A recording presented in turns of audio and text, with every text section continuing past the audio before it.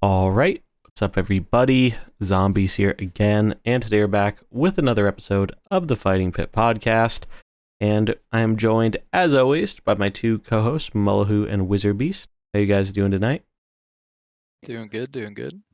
Hello, hello. It's very rainy here, so in case the storms may or may not have knocked me out, we're on mobile mode again, but it should be good. Yeah. No, we just had a pretty big one. The remains of that one that hit Florida came up through us the other week. So luckily it wasn't too bad, but a lot of brush and small tree branches and stuff. So I know the feel. Lot to talk about this week. It is the 1-year anniversary of Mercenaries this past week. It's kind of crazy. That's already been a year since this mode first launched, and that means we're actually coming up kind of soon on the year anniversary of this show. Let me see if I can find it. When did we do our first episode? It looks like it was November 19th, so about a month. Yeah, roughly like a month from now.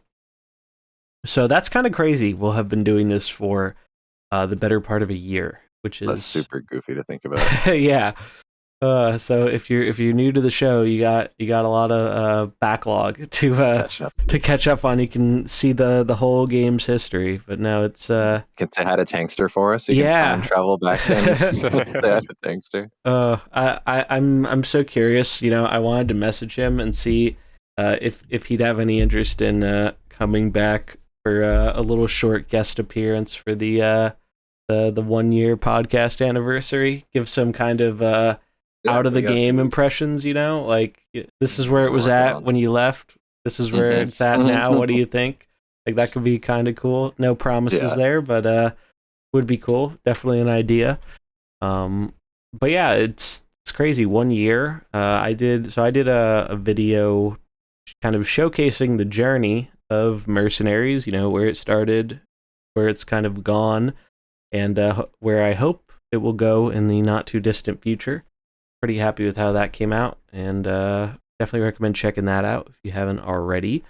But yeah, it's come a long way, and it still has a long way to go. But luckily, on the horizon, we have some cool stuff coming, and I think we can use that as a bit of a segue to talk about patch notes, because we're recording this on Thursday, so there was a patch today, and not really related to Mercenaries very much.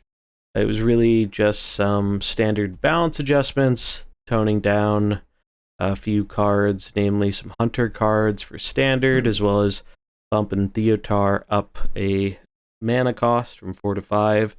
And I mean, I think everyone kind of saw this coming for the most part. Hunter's pretty dominant in standard. I think it's fine that they're hitting it. It's whatever. I think the Theotar thing is kind of stupid, personally, because I don't think this change makes anybody happy. The people who hate Theotar are still going to hate him at 5, and the people who like Theotar are going to feel this wasn't really super warranted. So I don't know who they're trying to really serve with this one. I mean, maybe he does see less play, because you mentioned this before, Mullahoo, before we started, the nerf factor, right? People just disenchant the card, whether it's like... Yeah. It's like Mr. Smite, right? When Mr. Smite got hit, I still haven't recrafted my Mr. Smite, but he's still used in some decks. He's still used in Pirate Rogue, and I'm sure some other things, but there's a very real factor to that in Hearthstone, where it's just like, all right, disenchant the card, and a bunch of people just never recraft it. So, I mean, that's what I actually did today after I saw this. I just logged in and disenchanted all the cards, so... There's no reason not to, right? That's kind of the whole thing. That's always been the biggest thing, that it's exactly been strictly correct to disenchant it. Either you recraft it because you want to play it, or you don't and you make all your money back, or at least a quarter of your money back. But when 400 dust, I mean, especially when the disenchanting in Hearthstone's always been kind of weird, where it's like epics and legendaries are just so much more valuable than everything else in terms of disenchanting, that you can't pass up disenchanting a legendary for free. And in that weird way, it baits people into just taking their money, because at the end of the day, players don't really care. It's not like people are like, oh my god, Theotar is my favorite card of all time. I built this deck around Theotar. It's like, no, this is just like a tech card. It's not a Death Knight card, right? It's not a big, crazy, fancy, splashy Well, legendary. It's just the way some value. people talk about him, you would think he is, because man, That's crazy. Here's the thing: some Ticketus energy going on in this. That Chili's. is a perfect. All right, so he's better than Ticketus, but that is, I think, so much. a perfect way to talk about it because it's a feelings issue and it's a psychology issue. And the thing with Theotar, and like the people who hate him are going to forever deny this, but it's true. Theotar is one of those cards where human psychology, the way it works, when you have a bad experience versus when you have a good experience, it takes on average 3 or 4 really good experiences to basically equate to that one really bad experience in terms of how your mind remembers things. Like, we are psychologically programmed to remember the bad experiences more than the good ones. It's just a fact of life. And so people are going to always remember when their Denathrius or their hero card or whatever, or the card they need for lethal, they're going to remember when that card got stolen from them a lot more than when they remember, I traded a Renathal for a Renathal, or this useless card for another useless card. That happens a lot. It's just people don't remember that because it doesn't impact the game. It doesn't stand out to them. It doesn't leave an imprint. But they sure remember when he steals their win condition. So it's like, I get why a lot of people dislike it, but I don't subscribe to the argument that makes it unhealthy for the game. And it just reminds me of, like, I always said, like, if we ever got like really good interaction in Hearthstone, people would hate it more than anything else. And that's kind of the energy I get from seeing how much people dislike Theotar. Like, you literally could see it today on Twitter. And obviously Twitter's always going to be a bit biased, more vocal, whatever. But like, it was either people saying this nerf was unwarranted or this nerf didn't go far enough. I saw very few people who were happy that Theo went to 5 because it just didn't satisfy what either camp wanted. Like, the Theo enjoyers wanted him to be left alone, and the Theo haters wanted him to be a Luciad and just deleted from the game. Yeah. And nobody got what they wanted. Hunter got hit, though, and that's probably a good thing, even though I don't really like seeing Hunter hit for Wild, but Hunter probably is the best deck in Wild right now anyway, so it's not undeserved. I'm sad they hit the Wild Seeds, though, because those are kind of my favorite mechanic from the new set, so I'm kind of sad to see those toned down, but it is what it is. The poor Stag's been hit so many times now. I know, yeah. Going down. I don't really like I think they've had a lot of misses in balance philosophy recently, and I feel like they're changing stuff for the sake of change a lot of the time, rather than because something needs an adjustment. Like the Hunter stuff, yeah, like that needed to be toned down, whatever. But it feels like they make so many changes where you're like depowering powerful cards to the point where the amount of powerful cards left is just a very select few number of things. And then they continue to power down stuff before or around new expansions so the new expansion cards can shine. But it leads to a very vicious cycle of, well, what if I really like this expansion's cards and I enjoy playing with them and the power level they're at, and then they want to sell me a new expansion, so they just nerf the shit out of them so they can. And then we have to focus on the new cards. I really don't like that direction. Yeah, it'd just be the card game life. Yeah, but it didn't used to always be this way. Like, I think Hearthstone had too much of it. It swung like from like barely ever nerfing anything, even stuff that needed to be nerfed or should be nerfed for like the health of the game, to nerfing things, I think, a bit too liberally. Like even some stuff getting nerfed like that isn't necessarily oppressing the metagame. It's just like good. And I mean, standard is what I call like a wet noodle format right now. It's like the games go on forever, in part because of Renathal, but the other part is they're just not great tools to end a lot of these games. That's why Hunter was so much better than everything else, because it just had a bunch of big minions. It could cheat some stuff into play, and it could kill you.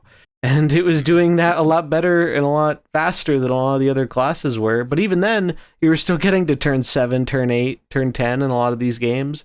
That wasn't how it used to be. And I'm generally someone who likes longer games, but they're just so boring. Like, I had to do I did a few standard games the other day just to clear out my quests, and I was falling asleep. It just wasn't fun. I think standard and Hearthstone definitely just struggles with problems of things kind of not really changing frequently enough.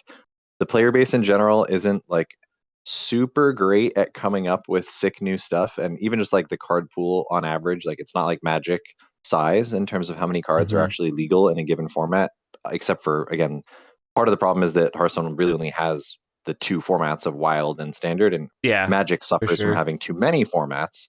Yeah. But so in the middle would obviously, as always, kind of be great. But Hearthstone tends to be just like these extreme periods of drought where, like, if the format's not great, it tends to not be salvageable until new cards come out. And I think that's kind of where people have been waiting for, like, that's where we're 3 or at, 6 months now. Like so hopefully this next one's good. But yeah, I've really had, and I was even playing Quest Priest. Like, I was willingly down to just laser beam people and complete my quest. Like, I was there for that.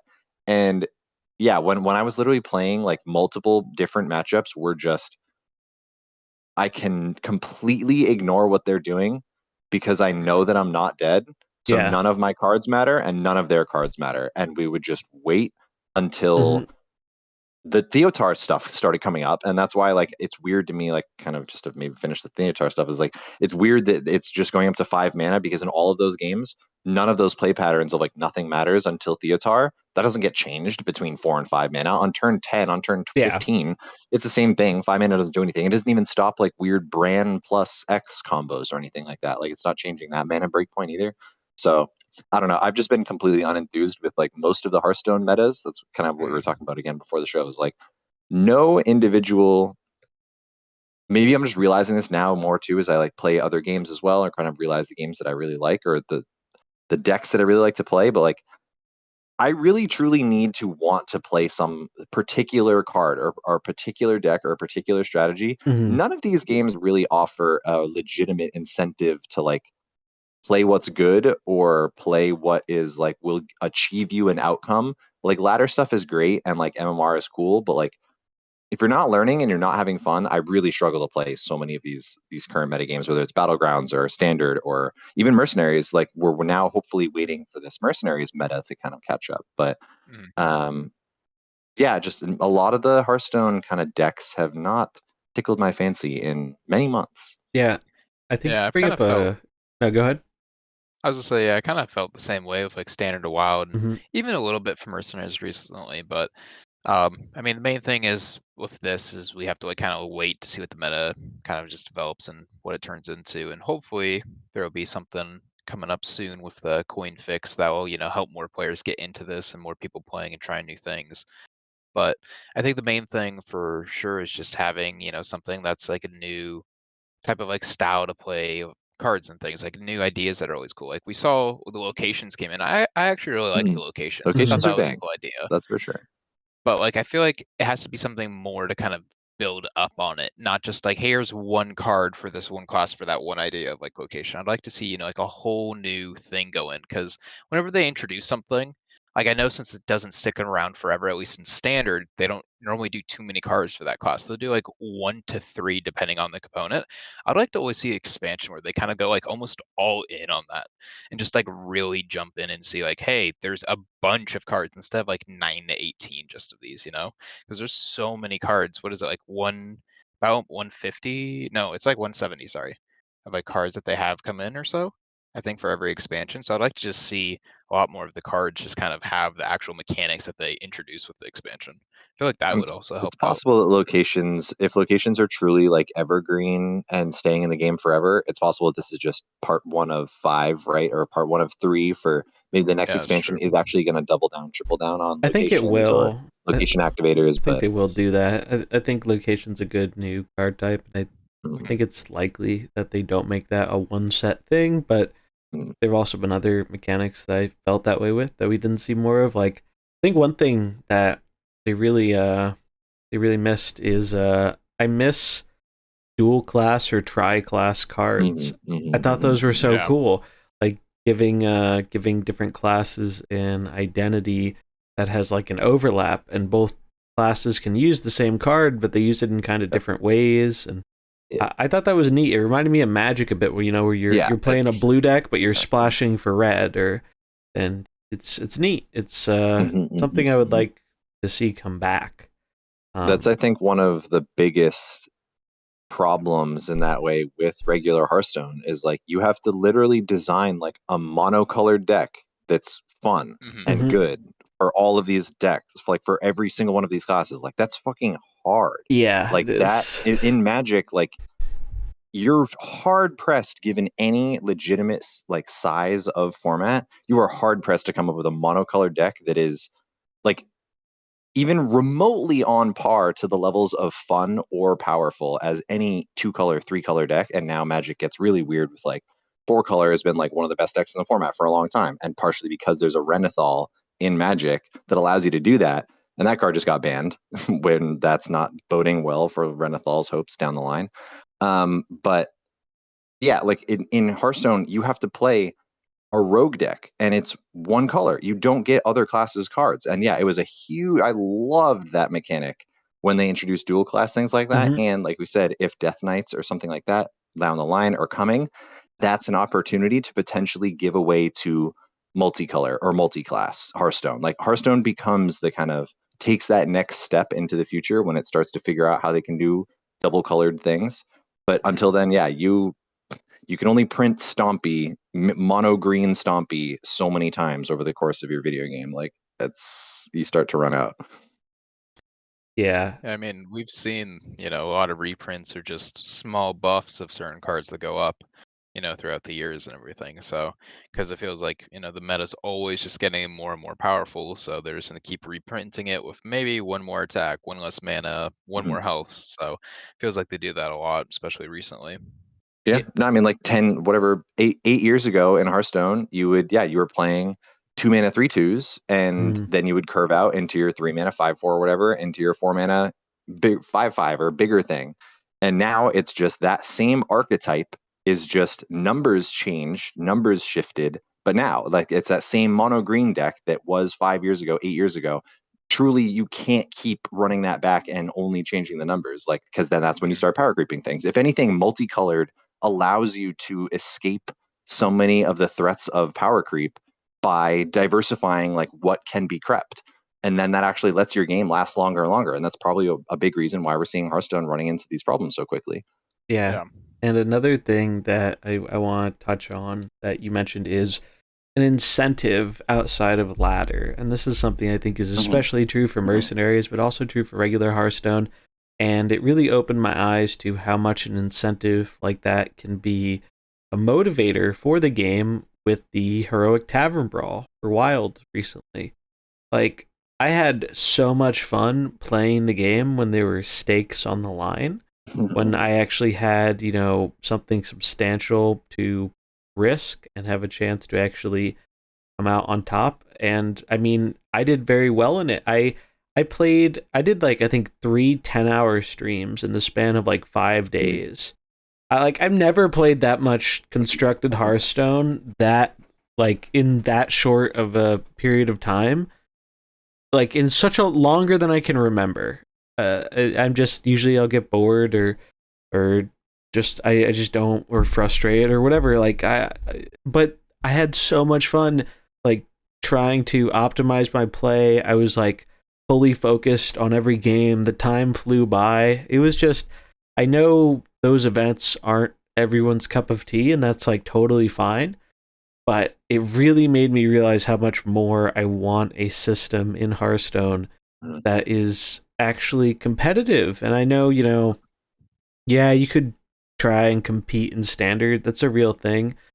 I have no interest in doing that. Even the people who are like really, really good, well, they'll be the first ones to tell you how much of a ridiculous grind it is if you want to accomplish anything in standard competitive Hearthstone. I know they're doing some Battlegrounds competitive stuff now, but that's like kind qualifying of for the Masters Tour. You mean like actual ladder finishes in that sense? Yeah. Ladder finishes, open cups, all that. I mean, it's great, and I love community run tournaments and all that type of stuff. But I don't have the drive to like actually want to do those things. I just want the game to give me an incentive and just to do it in the game. Like and especially for Mercenaries, like open cups almost don't even count because you have to go through a community thing. Like that's just all like a community led tournament almost more than anything. Yeah, the real thing, some, like an in-client incentive. There's some. I think if they have a certain prize pool, you can earn something towards the competitive points. Or I'm not entirely sure. I don't follow it very heavily. I know they've been pushing the Battleground stuff more, but I'm really curious how well that's been doing. So they do actually put the Battlegrounds competitive stuff on Twitch. So I'm kind of curious. Like I feel like the view count has gone down a bit. I mean, it still gets a bunch of viewers, but like I mean, I was never the biggest Battlegrounds person to begin with, so maybe I'm just not the audience. But I don't. That's one of those other things. I just don't really see as much of the appeal in that type of event. But maybe that just has to do with the format or the mode. Because one of my favorite things about Mercenaries is the tournaments, is the drafts. Like we've talked about it a bunch. Those are like the best and most fun ways to play the game because there's all this discovery. It's very skill testing. And that's why I do want to. Hopefully, we're going to do some more drafting later this month. That's on my to-do list. I want to do another draft because I love drafting in Mercs, and I think drafting is going to be crazy with these new characters. Like, we saw it before in past drafts where you could put together a team that wouldn't work on ladder normally. It didn't have like a whole lot of direct synergies, but you could make like more underpowered synergies work sometimes because not every other team was the most optimized they could be out of the full Merc selection. It's kind of like in Pokemon when you're playing like underused and all of a sudden like this Pokemon that doesn't really shine in the higher tiers suddenly has a lot more value.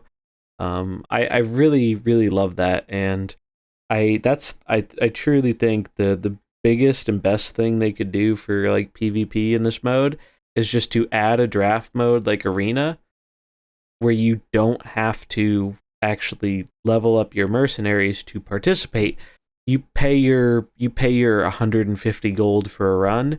You draft your mercenaries, and then you go into the pit, and you see, how is my draft build going to work versus other people's draft builds, and you kind of structure it similarly to how, like, we're not trying to reinvent the wheel.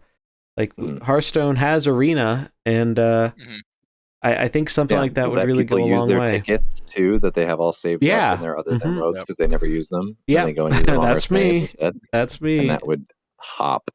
Yeah, no, I wish they had that for Mercs. I mean, like personally, I like playing Arena sometimes because at least different than standard stuff. Like the cool thing about it is you don't have to have any collection for it. You just pay whatever it is, and you can just 100% go in. I mean, I've been having actually a fun Arena one run right now, and I had got 5 legendaries in that one. I showed you guys. Yeah, that. That's crazy.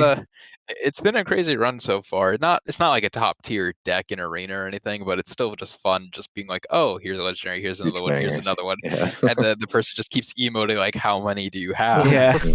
So and it's different every time, right? Like that's part of the experience that makes it interesting. Kind of going back to your point earlier, Mullahoo, about like learning and discovering. These draft formats, they really prolong that learning and discovering because there's just so much more to it than you can do on ladder. And even though now is a great time for Mercenaries PvP because there is a lot of that learning and discovering going on, but like we've talked about before, there's a lot of challenge there because you can't fully start to learn and discover all these new options until you grind them all up.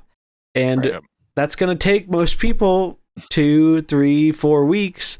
And I'm sure there are a lot of people, because we know the excess coin changes coming next patch, who are just like, oh, screw grinding. Like, I'll just do this maybe a little bit casually in in some downtime, but like I'm not going to go hard on the grind when I can just wait and finally get to use my tens, hundreds of thousands of extra coins. Because the other use for them, if you do max everything out, we're still not getting that until we get the end game, probably early next year. So it's like, I mean, it's great that there's another use for them, but we're not going to see the results of that immediately. So you might as well just kind of wait, and hopefully you just won't have to do very much grinding. You can just convert a lot of these resources, because you put in a lot of time getting these resources. It's nice that we're going to be able to use them. And talking about patch 24.6, this is the last thing I wanted to mention from the patch notes. So I'll read their wording out here. So they did mention they're monitoring Renathal, which I thought was kind of interesting. I don't think Renathal is particularly offensive. He's another one I think a lot of people are split on, whether the adding 10 cards to your deck and 10 HP is like a healthy thing or not. I personally really like it, and I think it's rather interesting. And I think part of the reason people don't like it is because a lot of cards suck right now. So like the negative impact of putting weaker stuff in your deck is felt less when you already have a bunch of weak cards in your deck. Because, you know, any card game player will tell you there's a reason when, let's say in Magic you have 60 cards, right? You can run more than 60 cards, but there's a reason nobody does, and we're not going to count the edge case of Yorion here for any Magic enjoyers, especially because he just got banned in Modern. Yeah, I was going to say that's the thing. He wasn't even edge, but now he was, and now he just got banned, which is that it's funny that literally the Magic equivalent of Renathal got banned in the same week that Hearthstone put out a message saying like, yeah, we're monitoring this 40 card thing. Like we banned the 80 card version in Magic, and Hearthstone's like, because there are like legitimate weird design problems that you start to run into downstream when you start to incentivize these types of sizes, which is the problem. We don't have one of those reasons in digital though, because we don't have to actually shuffle our deck, which is very nice. That was a big problem with Yorion, was you were playing it in a deck where you had fetch lands and you would have to shuffle your deck a lot. And Magic, you know, it's a physical card game. That's how most of it, especially Modern, is played. Well, there's time in rounds, and if you're shuffling up your deck every turn, every other turn, and you have a larger deck than normal and it's going to take longer, I read a bunch of people mentioned how often those games would go to time, which isn't really a fun experience for either player, right? Like you kind of just want to get your games in, not go to the full amount of time every round. But the funny thing is, Yorion isn't even like close to being as good as Renathal, in my opinion. Like Renathal gives you a effect from the start of the game, whereas Yorion, you had to have more cards in your deck, and yeah, you could grab him from the companion zone, but you had to pay mana to do that, and then unless you had other blink effects, it was just a one-time blink and a creature. And it was good. Don't get me wrong, it was very good. But you didn't get that effect immediately from the start of the game, and you did get that downside of, well, if there's one particular card you're looking for, you're going to have a lot harder time finding it in a 60 card versus 80 card deck. But that's kind of the whole point of these bigger deck things, is the argument that you have a lower chance to find the cards that you want. And especially in Standard with a more limited card pool, you kind of want to find your best cards. But given that, you know, there are a lot of like weaker cards seeing play in Standard right now, feels like you're not at that much of a loss for running more medium cards and just getting a big benefit of 10 more health. So, and I think it's a little different in things like Wild, because Wild is such a big card pool. So there's so many good cards that even though maybe they're slightly less good than the ones you'd run in your 30 card deck, they're good enough to kind of pull their weight, and the extra HP on top of that helps balance it out and make it worth it. Because I remember so many people when, you know, we got Renathal early, and so many people were like, you know, historically this is bad. Like you adding extra cards to your deck, not something you really want to be doing in most card games. But now we're seeing, both in Standard and in Wild, like over half the decks are like Renathal decks now. That's crazy. And For that one card to be that much. It's not even It's literally all over power 50. level either. It's like people just like playing it, even if in some decks it is worse. Like people just like the effect, and I get it. But the whole reason I brought up Renathal was because, so I'll read what they said here. The one notable outlier that is not getting changed, but we are keeping a close eye on, is Prince Renathal. He's powerful and popular, but we don't want this patch to completely shake up the meta because we have something fun coming to patch 24.6, and we want to see how Renathal performs in the next expansion before making changes to him. So this is interesting, and there were a couple of the devs hinting at some exciting stuff coming in 24.6, and I think I have a pretty good idea of what that might be. It was almost basically confirmed through like a leak a while ago that there's and spoilers here, if anyone hasn't heard, but there's a very, very high chance that we're getting a new class at the end of the year, tying into the final expansion. That class is most likely going to be Death Knight, and I'd like if it were Monk, but I don't think the evidence has pointed towards that yet. But I think if they do add this new class, they're gonna have to add another one because 11's a really weird number. Like going from 9 to 10 makes sense, but 11 is really weird for UI stuff. So I feel like they're gonna have to go to 12 sooner than later after going to 11 in April. Yeah, something like that, right? It wouldn't surprise me, to be honest. But or the new dragon class in WoW. True, that's another good point. Yeah, Dragonflight. You know, that is they could do something with that. That would be kind of cool to see. I'd be very for that. But so there's a good chance they're going to be adding that like either before or around the next expansion, and I think they're going to do something to kind of hype people up for that in 24.6. So my biggest guess here is they either release the class early, and this is also kind of like a way to safeguard against it ruining the new expansion if it's overtuned, right? Like by releasing it early. Yeah, do you remember Launch Demon Hunter? Launch Demon Hunter was terrifying. In both standard and wild, it was a force. And because it's the only new class, you get a disproportionate amount of people playing it. So it's just everywhere. You're running into all these mirror matches. It's just not the most fun experience, especially when cards are like blatantly overtuned for the new class, because they're trying to make up for the fact that you have less cards to choose from, right? Like if they miss on making their new cards good while they're just starting out, you effectively have a dead class, and you put all this time and effort and you're trying to get this to hype people up, and has kind of the opposite effect. So there's a lot of reason for them to make it very strong and powerful so people want to use it. So one possibility is they could release this new class with the next patch or so, get people trying it out, get them hyped up for the theme of the next expansion, new cards of the next expansion for it, and then if it's overpowered, it doesn't actually take away from the new expansion launch, because they could kind of rein it in a bit before the new expansion comes out. So that's one idea.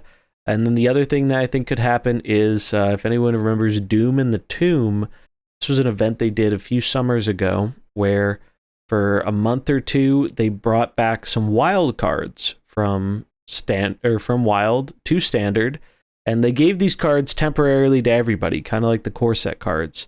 So Ragnaros, Sylvanas, and then a select handful of I don't know if they did a handful of cards or some specific sets. It was a long time ago. It was kind of like a Hall of Fame meme in a certain kind of way, wasn't it? Like, yes and no. Used to be here, and like we got rid of them forever, but you can they can theoretically come back, and if anything else is here, was it not that one? Am I thinking of a different time? No, but there's a precedent, which is what your point is. They brought cards back from the Hall of Fame, but not all the cards were Hall of Famed cards, because I know that the thing, and this is the reason Doom in the Tomb is not really remembered very fondly. The idea was great. The execution was not, because they brought back Evolve, and this was at a time where there was this high-costed rush minion in Shaman that was easy to get down, and they also had this rabbit, which was like a 3-mana 1/1, and it made 2 other copies of itself. So you could just jam that, evolve, suddenly you have 4 4-drop, or 3 4-drops. Instead of 3 1/1s, and then you could also get the rush guy down, and all of a sudden he would turn into a 9-drop or a 10-drop. And Evolved Shaman was just by far the best deck, and it was not fun. It was not fun to play against, and they didn't do anything about it. They just kind of let it rot for 2 months. So there's a lot of I think Doom in the Tomb is not remembered very fondly because they took this kind of lax approach to it, and the overall experience on the game was worse. So now in a lower power level format, potentially like this Doom of the Tomb 2 could be pretty good. It could be. There's definitely potential there. And, maybe they try and tie it in with the Death Knight stuff. If that's the route they want to go, maybe they bring back the Frozen Throne set. Maybe, who knows? There's a lot of options with what they could do. But it sounds like that this 0.6 patch is going to be a pretty big one when you think about the fact that they're teasing this something fun they have planned that they're kind of hyping up. When we also know that the Mercenaries coin fix is coming in this patch, you've got to imagine they're going to tie in a Mercenaries event with this. I mean, it just makes sense. We're very overdue for an event, and I really hope they're not moving away from events because it's been so long. And I said it in the 1-year anniversary video, I think events are one of, if not the strongest thing they can do to both help bring in new players as well as give established players some interesting, fun, new content to do. So I think we're definitely overdue for an event, and I'm hoping we'll get one in this 0.6 patch, because if we don't, that means we didn't get an event for October, and geez, that would be It's been a long 3 months without an event if that happened? Yeah. This feels too long. Yeah, no, full quarter of a year then. Yeah, because I mean, and the events, that's like great part that gets people to come back in, love the skins and the characters that they add in. And it's always nice to see hey, what does this one character do when it gets added in, instead of just having the big drop, which we always have now, which is, every 4 months. Instead, now it's, hey, here's just one character. Let's just see how this one character kind of changes up the meta a little bit. And if the old gods, we saw that a lot, especially when there was basically all 4 of them also being Shadow. That really started just hey, Shadow's getting a little stronger. It's even more stronger. And then it's oh, that's really strong. And then all of a sudden I was oh, here's the old god comp. So it's kind of cool to see how they also introduce it that way. So it's nice when it's on a monthly, or at least every 2 months, they have that kind of cycle of it. So I really hope they start bringing it back soon. Yeah, I think it's definitely overdue, and I'm hoping that they can kind of do it more consistently once they have finished some of the other stuff they've been working on, like this extra coin thing, the end game, that kind of stuff. You got to hope that more resources will be freed up from these bigger projects, so we can get back to having more regular events. I mean, I know one thing I'm really gunning for is I would love them to change the release cadence again come Hearthstone New Year, and just split the time in half, split the drops in half the content over 2 months, every 2 months, instead of these huge drops every 4 months, because I don't really mind the huge drops myself. I think they're fine, and I think they are better than the original monthly drops for most of the community, but it doesn't feel like it's perfect, right? It's like the Goldilocks and the three bears. We had the 2 small bed, now we're in the 2 big bed, where there's a happy medium between them. And I think that really would be it. And it doesn't require them making more content. It's just cutting it in half and doing it a little bit more regularly. And then I think you would avoid what we had happen last time, where even though the meta wasn't really bad last time, it just got kind of stale for that last month-ish. The comps were figured out. It was just, and there really wasn't much to innovate on. And that being said, people weren't playing perfectly still most of the time, but I don't think that really is what mattered. It was more about the fact that you kind of knew what to expect, what you were facing, and it felt like the stuff that was the best or like high tier was so far ahead. A lot of the low tier stuff, there just wasn't too much of a point in playing that stuff, which is never much fun when you're trying to, discover new things and test stuff and just have variety in gameplay. So I do think, like we've talked about before, that as we get more characters, this problem potentially won't be as severe, but there's always the potential for that. All it takes is one new Trigor and scary things can happen. Yeah. Luckily, I think they've been a lot better about it. I mean, they've introduced a lot of new powerful characters, but so far it doesn't feel like there's like one character that automatically just goes in every comp because it's just generically good. Like, we have some that I think are like close to that, but you're still kind of building around them a little bit, much more than, say, Trigor, Valera, even Maestra to a lesser extent. Like, I think Nemsi's... Even Cookie in that extent as well. Yeah. I think Nemsi is a great example of that, right? Like she's a character that's seeing play in a ton of different comps, a lot of very versatile, but the builds that she is seeing play in, she performs a very specific role, and that's kind of this role of a blue protector using Boggy to protect herself or protect others. And then now we have new combos with that, like bouncing her to the bench, and that's really opened up so much design space. The Wansambi bounce, like, I think I love that. is like one of the biggest impacts on the meta purely because of that bounce, and he also just hits like a truck. He's just like a good offensive green that can also be used defensively, and he's even suffering from like a bug with the his speed deal. And even with that, he is still like a very powerful high tier character, even when one of his, more important abilities isn't fully working correctly. Yeah, when was the last time we saw a Merc that had a pretty significant bug on it and it was still really good? Like a lot of things like Bran and previous kind of, examples where like a part of their kit was like off and people were still willing to play it. Like, it just didn't somebody might be one of the first much, examples of that. And that's probably because he has options, right? Like the fact that his villages, deals give him all these options. Well, you can just kind of ignore the deal that's broken and play the ones that aren't. And that's kind of what we've seen happen. So I think this is a huge, point in favor of designing new mercenaries with way more skills like this, like with way more options, because even if something goes wrong with one of them, the character isn't completely unplayable.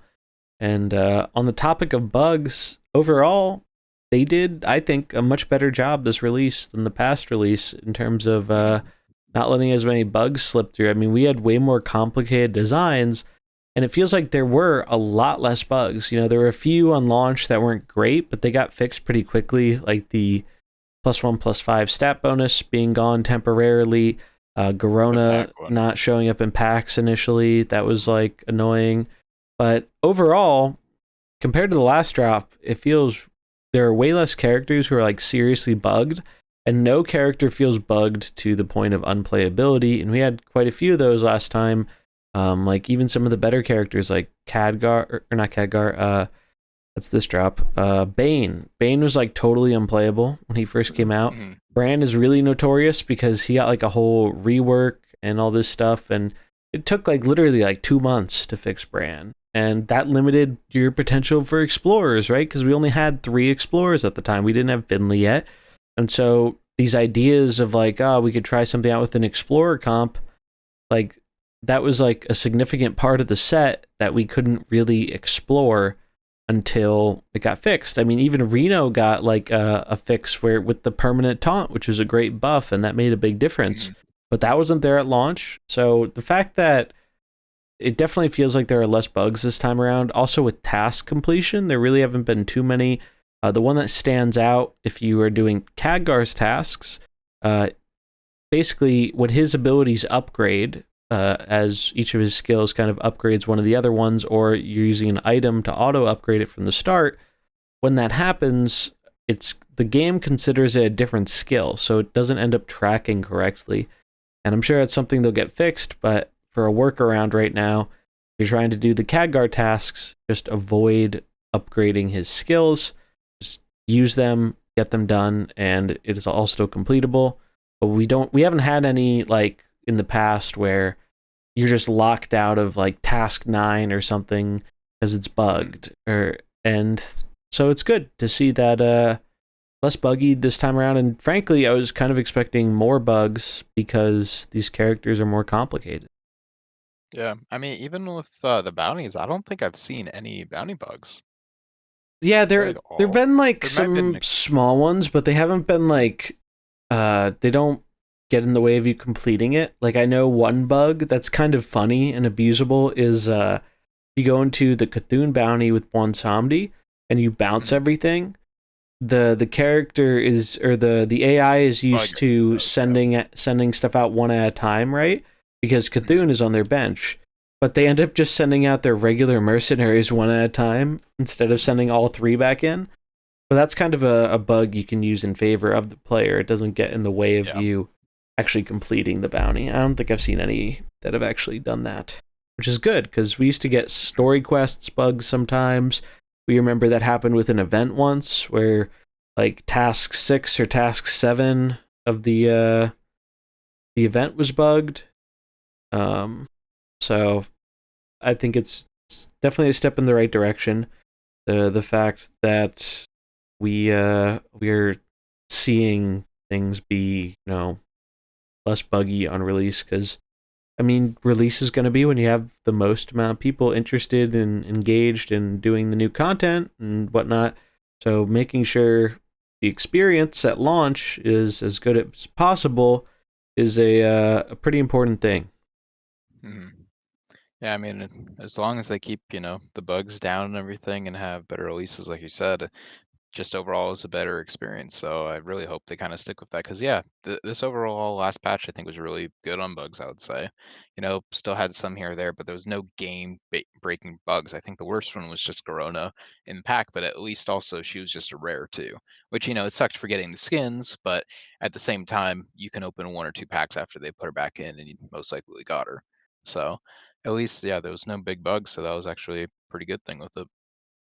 For Was that sure. why they gave us the 2 free packs for the Corona? Yeah. Yep. Yeah, if you opened, so if before you opened 1 pack or more, before they fixed it, then yeah, you get the 2 free packs. Huh, that makes sense. Yeah, and I mean, honestly, it made sense because like she was a rare, so you were probably gonna get her pretty easily. Like the biggest misstep there was like obviously you could get coins for her in the packs, but you couldn't get her mercenary or skins for her. So that was kind of a bummer for people who like collecting the skins. But overall, rares are kind of easy to get, so you'll probably get them in time. I know for me, my like goal with cosmetics and whatnot is I just like having a skin for every character. And like clockwork, the last few releases, I've ended up in a spot where there'll be like 1 epic or 1 legendary and 1 epic that I just can't pull a skin for, and it bugs me immensely when I want to play with those characters in PvP and like they're the only one without the animation. Because I like the cosmetic stuff, and I think they do a good job with it in Mercenaries. But this time, the character that I was missing Bwansamdi and Ysera as my last 2. Last time it was Yrel, but I finally got 1 or 2 for her in this opening for this expansion. And then they just happened to have a big bundle. Ones are missing now. Yeah, but they had a bundle with, I think it was no, it wasn't. It was it Ysera? It was the legendary troll and Bwansamdi, and then Ysera on her own. I think there's a Ysera portrait one in the shop this week too, but I haven't bought that because I got one I liked, and I may or may not gamble for the diamond, but I don't feel compelled to right now. Like I'm pretty happy just finally having a skin for every character again, and I got the one I really wanted for Bwansamdi, the one with like the ghosts from his standard or constructed Hearthstone card. Mhm. So that was my favorite skin for him. So I was pretty pleased, and so finally got back to having all the skins again, which definitely feels good. And I'm looking forward to diving more into PvP. We were kind of talking about before the show. all of us have been kind of busy this week. So even though I grinded up all the characters and got it done like a week ago or so, I haven't actually had a whole ton of time to actually sit down and play the game with them. But when I have found that little bit of time, I really have enjoyed it. It's been really neat, and I'm starting to see more different stuff being tried. It's always, going to be a 2-3 week wait or more before you really start seeing bigger impacts on the meta, because most people aren't going to be racing to get these characters up and ready as fast as possible. Especially when extra coin fix is on the horizon. So, not really surprised by that. Like, I know so many people have told me, I don't want to burn myself out on the grind. I'm just going to kind of chill, do it casually for now. And then hopefully when that extra coin fix hits, that can kind of make up for the lack of initial grinding, which, I really hope they get it right, because they can't afford to mess up the extra coins thing when it finally comes out, because like I said in the 1 year video, like, it should not have taken a year for us to get a solution. Like, they literally talked about it at launch, that we know this is a big issue, and we know, I mean, literally a big part of the reason the main head Mercenaries developer stopped communicating, from what I've seen, is because every time he would like talk about something or a feature or something going on with the game, there would be like dozens of people just like flocking to the post to just say, all right, but what about excess coins? What about excess coins? And obviously he probably knew that he couldn't really talk about it right away because they hadn't figured out a solution, or he knew the timetable was going to be slower than people wanted, which is obviously very true. Will always be true. It's just I don't know how it's taken as long as it has to. So they really need to get it right the first try, because it's a very dangerous game messing something like that up when there've already been a lot of bumpy roads along the way. Yeah, I'm a little worried about too, because didn't they say in the post that they were going to limit it somehow? So I'm a little worried on if they do, of how that is going to work. Because if they limit to, say, I don't know, just a very low number, say like only 25 coins a day for like a new Merc, I mean, it's got to be way more than that. I mean, it would be really bad if they did that. What do you guys think the lowest acceptable amount would be per day? Like, here's your one button for today. You can flop this Mercenaries coins 1-to-1 into another's up to what amount? Well, we know it's not targetable, so it's just whatever you own. Yeah, it's maxed to unmaxed. That's unmaxed. So it's random, but 1-to-1 allotments. Random. I mean, well, we don't even know if it's going to be 1-to-1. It probably won't be. Let's say it's like dust, right? Let's say it's like dust, where it's like 4 rare mercenary extra coins get you 1 rare unmaxed extra coin. Like, let's say it's like the dust system. So which I think is fine. If you're putting in 4,000 rare mercenary extra coins, you get 1,000 coins for rare unmaxed mercenaries. I think it has to be a high number, because if they do limit this and they don't put a high number there, you're taking a big risk at the people who've been like here for the whole time, saying, we've waited this whole time and they're still kind of screwing us. Like, they're kind of punishing the people who have been their main player base. They can't balance it around the people who have been playing this game for a year if they want the game to be appealing to new players. It's not feasible. It doesn't make sense. You just can't do that. So to me, I think like a lowest acceptable amount of like new coins that you could get in a day or whatever would be like 1,000. Wow. That's a lot higher. I mean, like, I would love that, but because most people won't be able to do that, right? And even people who will, they'll burn through it. Like, reasonable.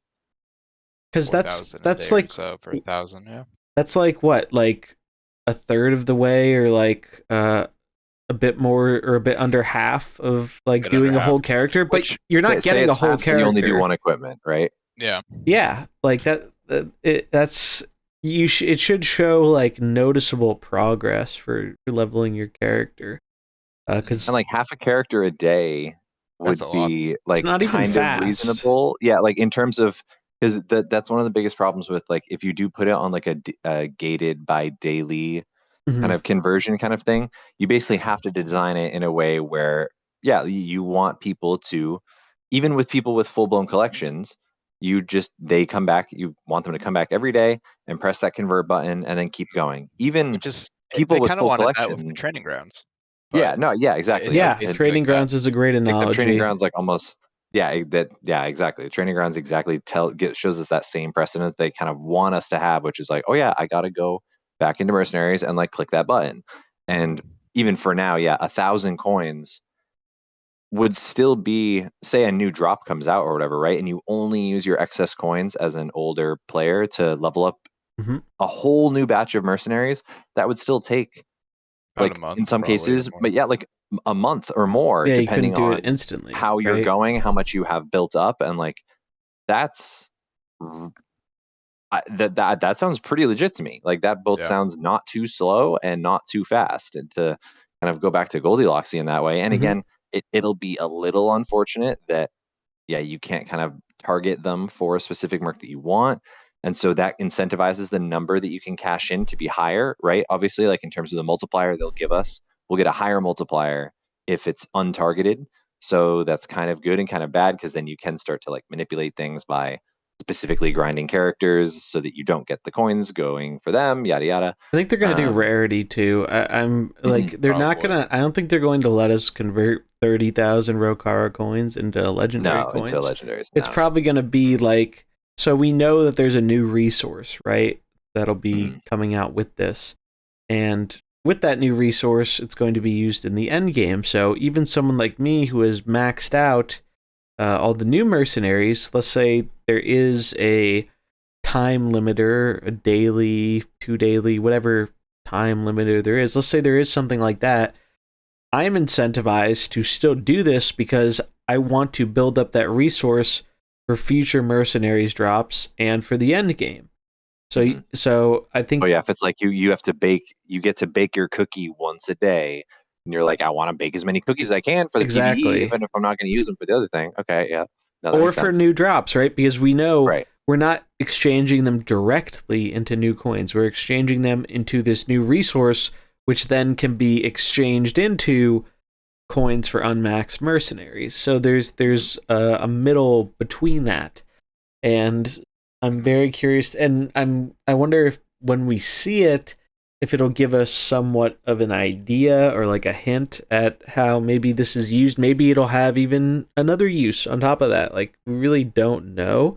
And we've talked about it for a while that there really should be, especially like as we get closer to the end game, there really needs to be another resource to go for, something to grind to give a sense of purpose or a better gameplay loop. Because right now, as it is, Mercenaries is really, as a PvE game, like you beat the bosses, you beat the heroics, you max out your characters, and then if you don't care about PvP, you're done. It's a collectathon. Like the grind kind of is the game. Like you experience the bosses, and those are like fun and whatnot. But once you've seen it, there's really not a whole lot of benefit of going back through it. Like I don't know people who are fully maxed out and running through bounties just because they like the bounties. Like the gameplay, To start a second account or something. yeah, the gameplay just doesn't have that appeal right now, which is really strange for what it's trying to be. Because that's kind of roguelike bread and butter, and that is what they claimed this game was trying to be. And Mercenaries is a lot of things, but in my opinion, a good roguelike, it is not. I've played a lot of roguelikes, and I'm going to be doing a video later this month specifically comparing to Slay the Spire and talking about what that game gets right and how Mercenaries just doesn't really do very much of that for that kind of genre of game. Like it there's too much downtime in the loading screens. There's not enough variability, variety, challenge in the normal fights, and those normal fights are most of the game. Like, the boss fights are the real meat and potatoes, but you get one of those every 10 minutes because you have to spend the other 9 minutes in loading screens and killing trash mobs who 90% of them aren't really going to be that challenging to you. And even when one of them is, it's usually like, it doesn't feel like a satisfying challenge. It doesn't feel like I got outplayed, or it just feels, it just doesn't feel, it's the weakest part of the PvE experience. And when you see other roguelikes, that's what they excel at. It really just makes me wonder, like, how, if they've like played other roguelikes before, how did nobody see this, that this wasn't the next big thing? Like, because they really kind of hyped it up to be this huge thing. And I mean, I think they probably regret ever name dropping Slay the Spire the one time, because if you look at the map, it's very clear there is inspiration there. Like, and people saw that from day one when like pictures got posted. Like, that is the first thing people brought up. Like, oh, the map structure kind of makes me think of Slay the Spire. And I totally see it, because it does. It definitely does. But the gameplay doesn't deliver on that. I'm not paying as much attention to my normal mercenary fights as I am in Slay the Spire, because I know once I have my characters a little leveled up, the risk of dying is very low. I really only have to pay attention at the boss. And a lot of bosses are easy enough to where you don't have to pay attention. I did, we got 19 new bounties. I'm pretty sure I did 16 of the 19 with fire. There were like 3 bosses that I had to change things up a bit with and plan more. But that was it. It was just... Yeah, that's crazy. That number is way too high. Yeah. That sounds like it should be, in theory, something closer to like 10. Yeah, I did 18 out of 19. The only one I didn't do fire was the last one, which was Medieval. It was literally impossible because they were just like, hey, 20 fire resist or whatever. Yeah, that one, so it was Medivh, Malchezaar, and there's one other I can't remember, were the 3 that kind of gave me trouble, but all I had to do was, like, I switched the team up a bit, and then it wasn't that bad. But the game kind of should be pushing you towards doing that more often, I think. But then there's a problem there because, well, not everyone is going to have all these mercenaries to be able to do that. So we kind of saw this early on. Remember when Alterac Valley came out and how the heroics in Alterac were notably harder, and they still are probably the hardest heroics in the game. Like heroic Drekthar is like one of the few times I've actually like rage quit PvE. Like, heroic Drekthar could be infuriating. And remember I think it was the Chi G event. One of them involved beating heroic Localar, I think, without losing a mercenary. That one was hard. I remember I saw Dallas take that one on stream, I think literally over 10 times before he got it. And that was just like, and I loved that there was like a challenge to that. Like those.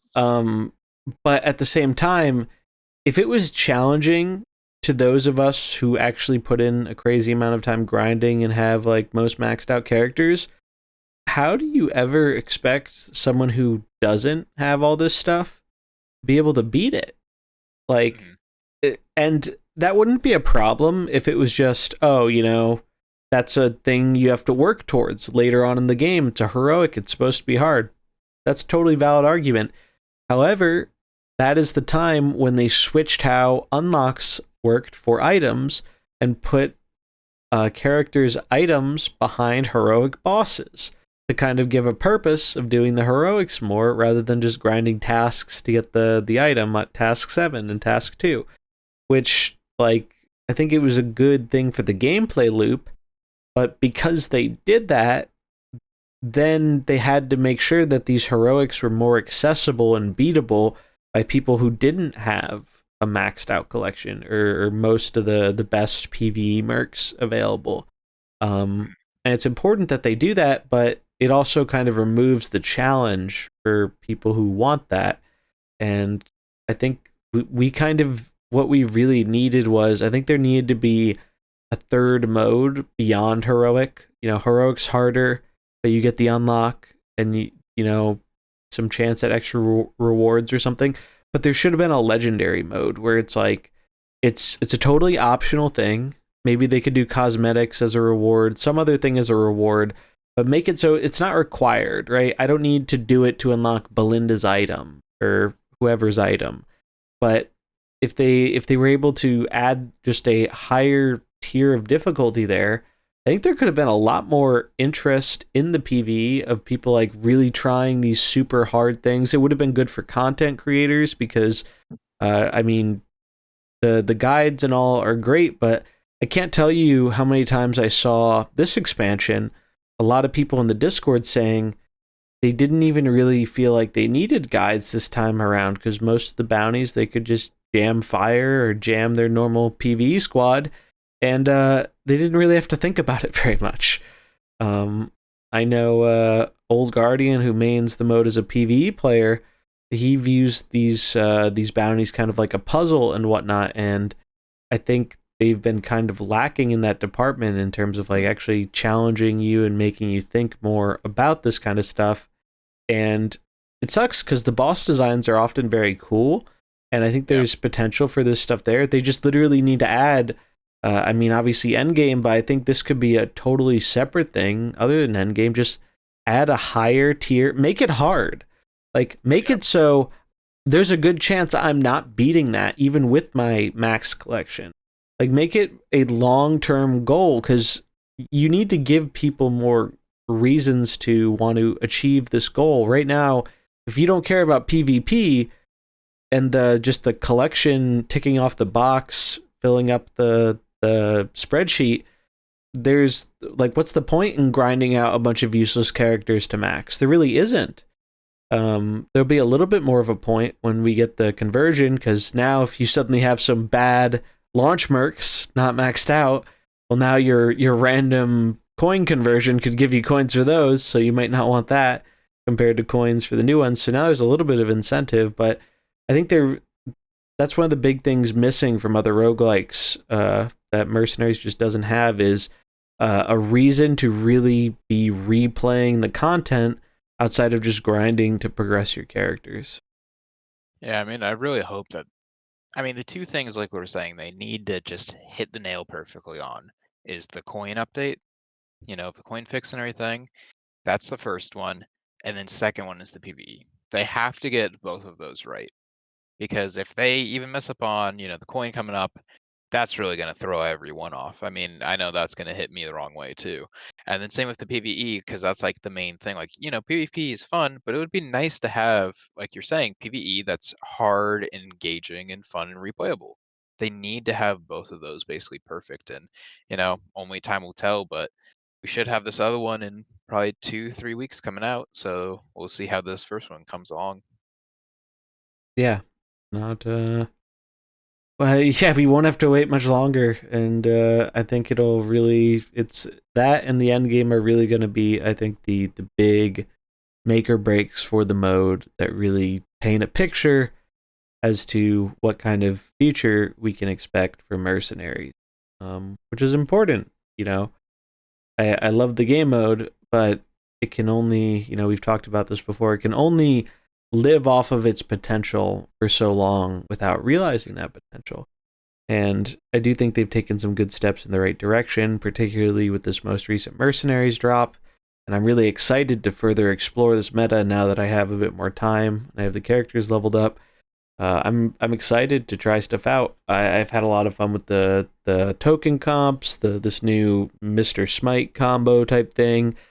And this is the first drop where I really feel like it's opened things up quite a bit, because we're finally starting to hit more of that critical mass of good playable Mercenaries. And then that's opening up more team combinations. Because last drop, we got a bunch of good playables, but they weren't very diverse into where they were finding homes. Maybe a few of them were, but not the majority. And Shadow's a great example of this, because why would you run the Shadow units outside of a Shadow team, right?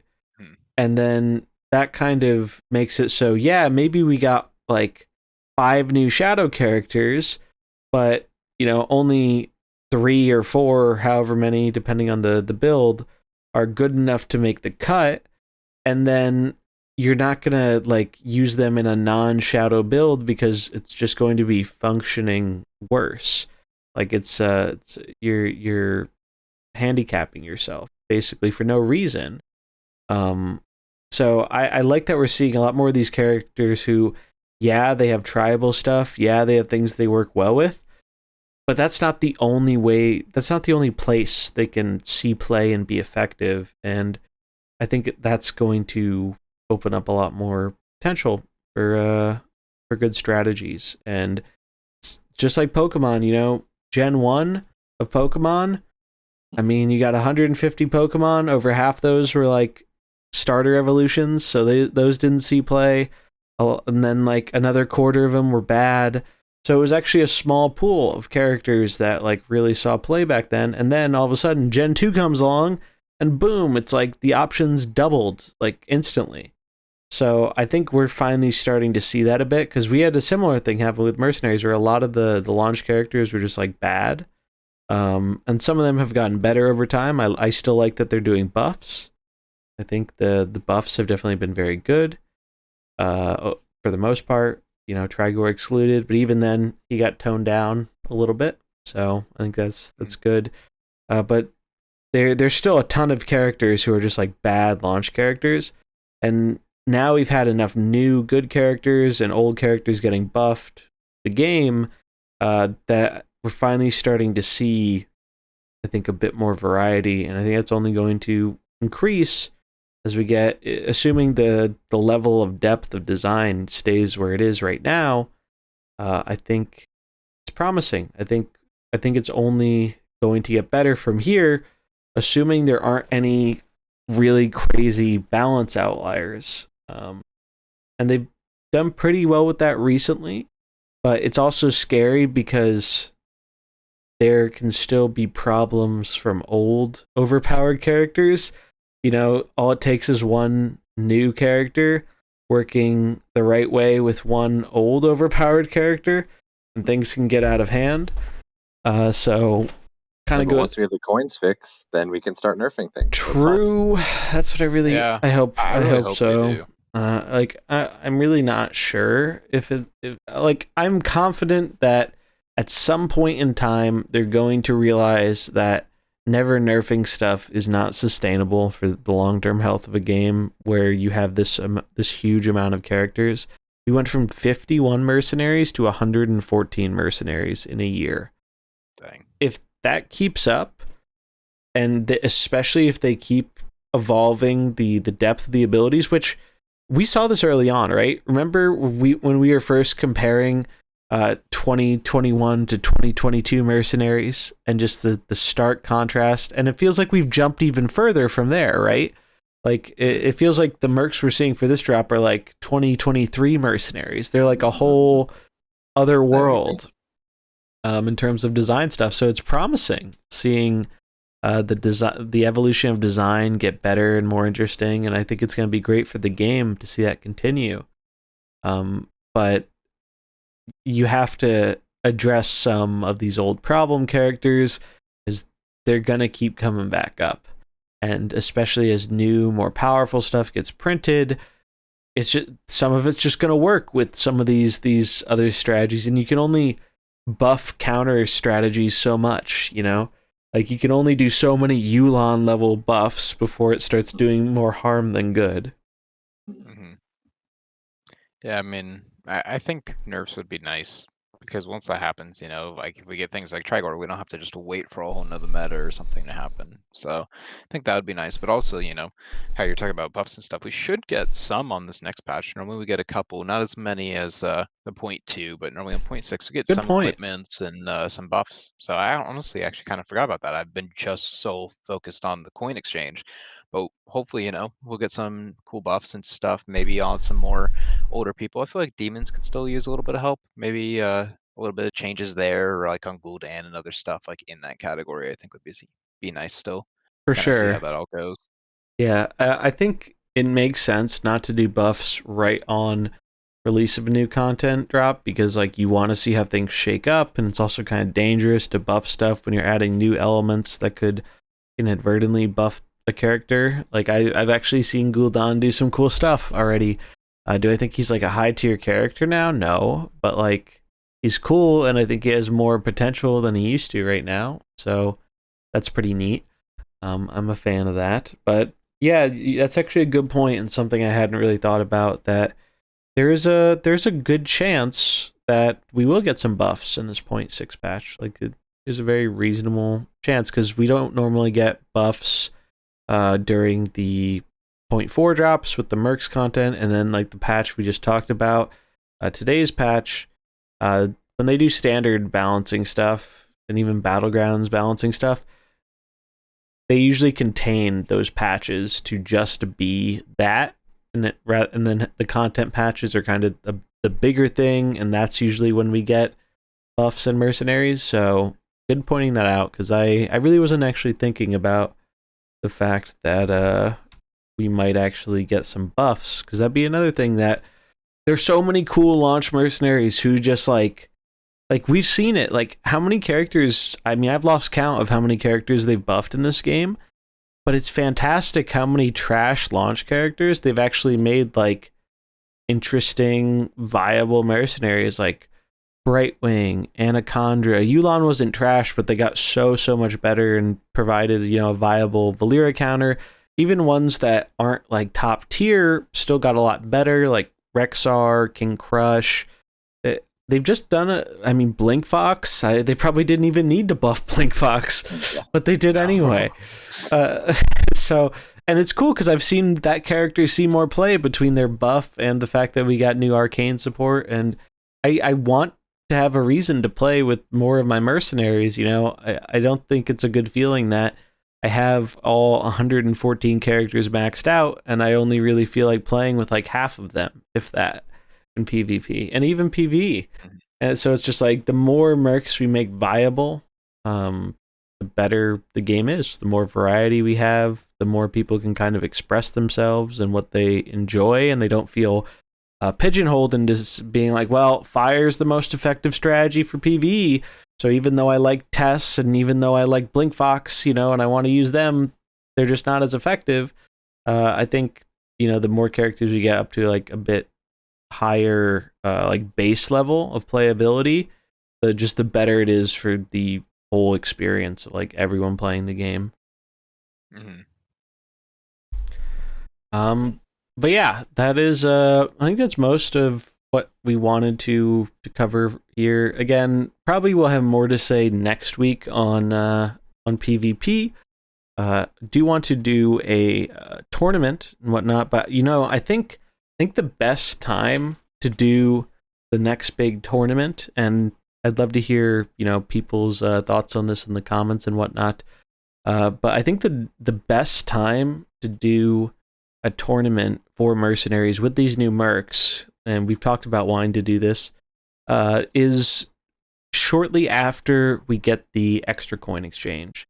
So it'll have been, about a month, which gives people a decent amount of time to grind and level up. And then anyone who hasn't been doing the grind will hopefully be able to catch up a bit with the coin exchange. And then on top of that, like we just talked about, buffs. We get buffs, we'll kind of know about those and people can test those out and whatnot. So nothing's set in stone, but for those of you who enjoy the Mercenaries community tournament event stuff, I think a little bit after we get that 0.6 patch would be a pretty reasonable time to do the next big event for this. Maybe we'll do a draft or something before then, because I really do miss the draft and I want to try it out with these new characters. But just some thoughts there. What do you guys think? Does that make sense? Like early December or like after Thanksgiving can often be a spot where it's like we've had time for whatever the coins fix is happening and people are beginning vacations or finishing school or like all kinds of times. Like around then tends to be a good and a really bad time depending on when we can finagle it. for running events, but I think that makes sense of timing wise Yeah, for post exchange. Yeah. Yeah, I think draft should definitely be good for before that. But yeah, if we're doing like a full event, probably as Mullahoo was saying, if we're going for a big one like that. Yeah, and you want to give people time to like find out about it and sign up, of course. So makes a lot of sense. Just something to think about if you enjoy the community competitive stuff we do on. And yeah, draft probably later this month for sure. I'm very excited to get back to that, and I know a lot of the people we have do the draft are more of the hardcore grinders camp, right? They're the super dedicated players, and it's a great experience even for people who don't play in it. I've got a ton of people telling me how much they really enjoy watching the draft events because it's such an interesting and different way to play the mode, both from a player perspective and from like a casting perspective. Like some of my favorite games I've ever witnessed and I've ever played in Mercenaries were in the draft mode. It's really a special thing, and I'm gonna keep saying casting the actual draft process itself is probably like a really like there's so much to probably talk about and analyze in there too. Oh yeah, again, future developments. Definitely. And I'm gonna keep saying it. Add it to the game, Blizzard. Do it. It would be like the best thing you could ever do to this mode, and it would just be. I think people would really. It'd be a really neat on ramp, and they need something. They need some way to allow people who hear about or watch some Mercs PvP and say, "Hey, I want to do this, but I don't want to grind for 20 hours." And 20 hours is like conservative there too. Like, oh yeah, it's so much more than 20 hours, I'd say, which is insane. But no, we need to, especially now that like they've diversified their Battlegrounds player base with this battle pass requirement, essentially, for like playing semi-competitively. Yeah. Not unlocking the 4 characters. Honestly, Mercenaries would be an amazing option to slurp up every kind of defected Battlegrounds player, because I think they like have all even that like gold, right? myself personally, yeah, like well, not even just like just to take advantage of that game mode that can be you just can turn on your game, hit start, and play it, and it's a new random thing that you're playing in that sense of like being able to have a draft in client or something like that, or just an easily accessible PvP mode like that. I think so many Battlegrounds players were standard players who didn't really like the meta, wanted to be able to just like play a game like that right away. But Battlegrounds is literally the only option, and it was like fine, but it was like kind of long. You didn't really feel like you used your brain very much, or it was just this weird like temptation simulator, and it was kind of a mess. And it's just like with this odd form of like depression gaming. I don't know. There's just weird stuff about Battlegrounds. But imagine if all of those players, I think what they want is in Mercenaries. And I think what they want is just there, but they're just behind the gate, right? And so to slurp all of those Battlegrounds players who like played because there was no better option, I think push them into Mercenaries. And that's really where things start to get moving and grooving, I think. Yeah. No, it's I think that's a great point. It really does feel like Hearthstone could benefit more from just having more modes or more accessibility to some of these modes where you just press the button and play. And that was always the big appeal to Battlegrounds, right?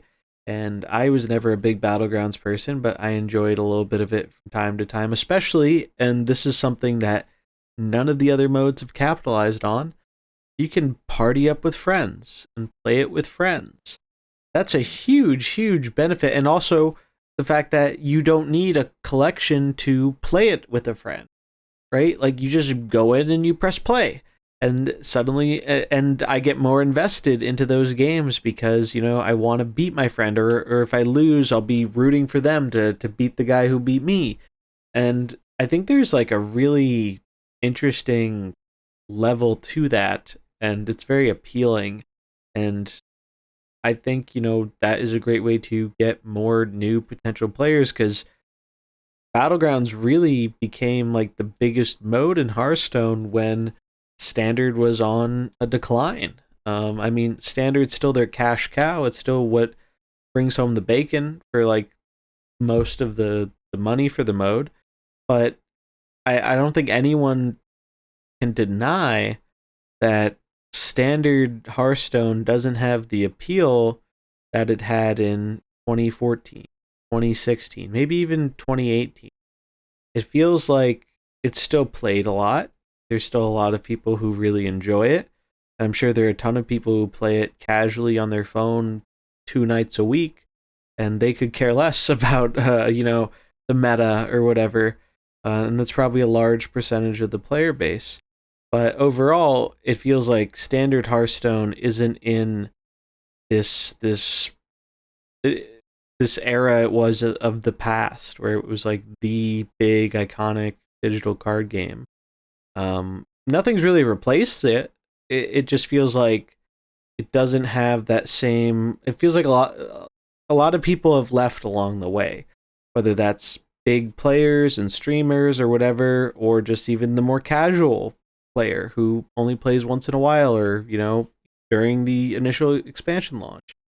And I think a big part of that is just it's hard to keep up. It is hard to keep up, and you don't have that issue in Battlegrounds, and that's why it was such a shock when they implemented this whole pass thing, because now they turned this accessible free-to-play mode into something they are expecting you to pay money for if you want to compete, and that's a lot harder in today's gaming world than it used to be in the past, because now there are 10 other free games that aren't trying to do that.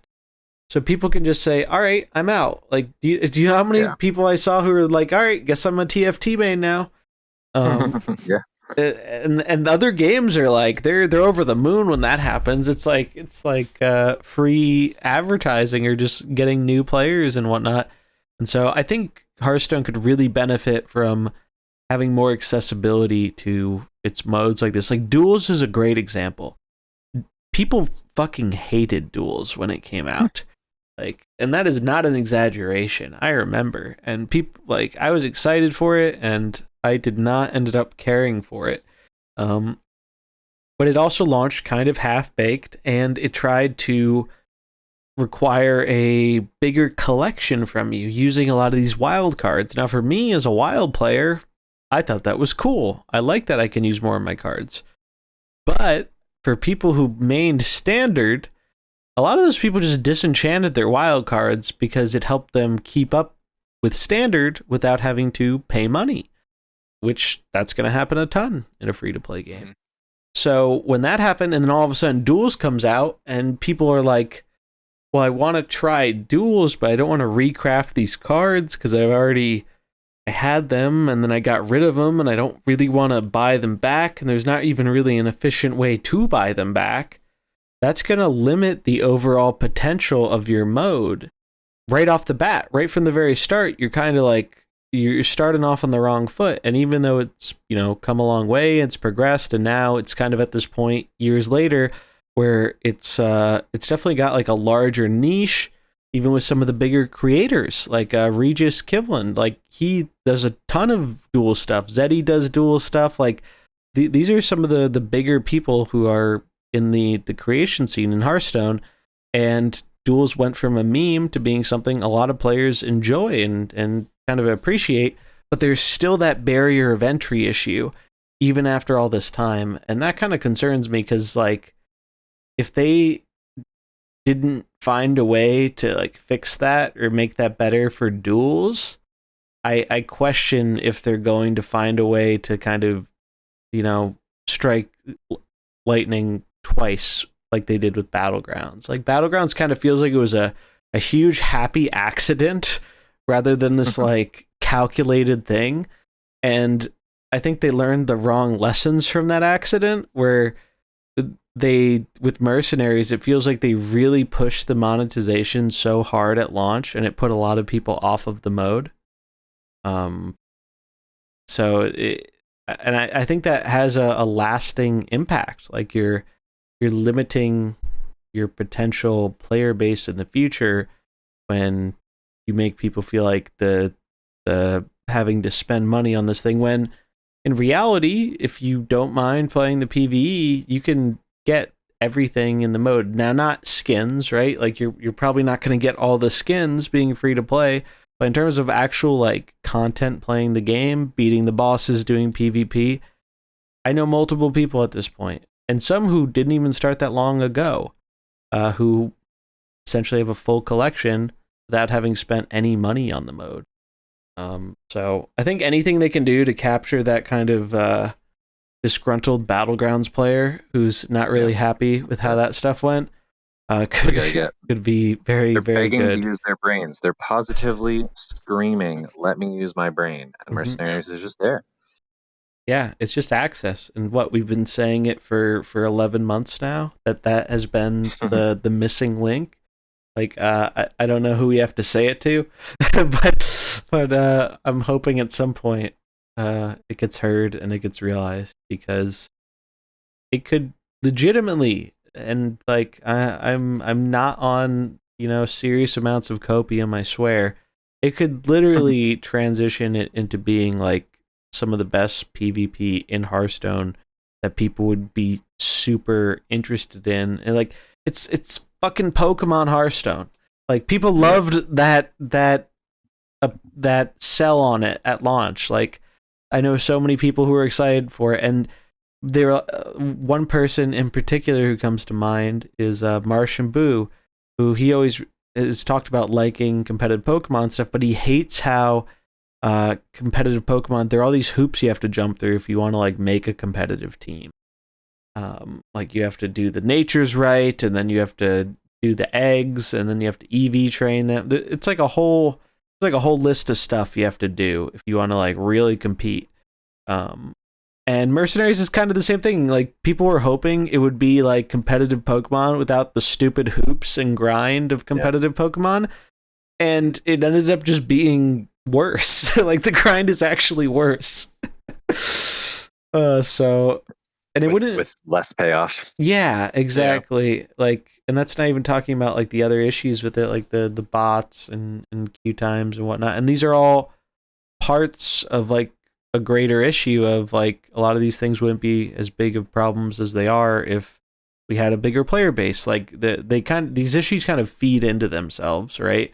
Like the accessibility, the lower player base issues, like all that kind of stuff.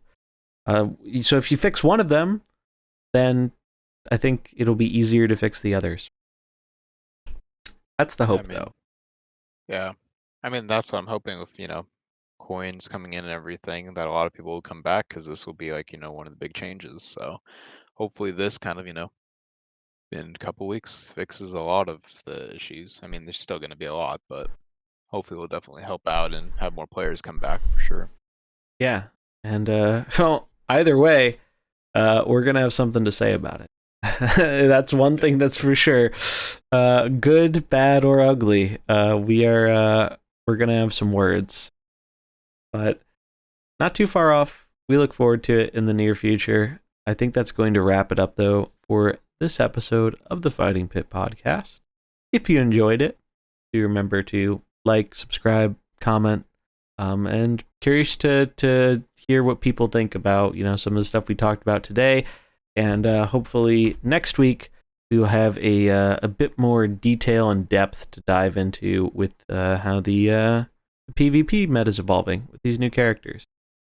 But yeah, appreciate everyone hanging out. Always good talking the mercenary stuff. And we'll see you all next time. Take it easy, everybody. See you, everyone. Adios.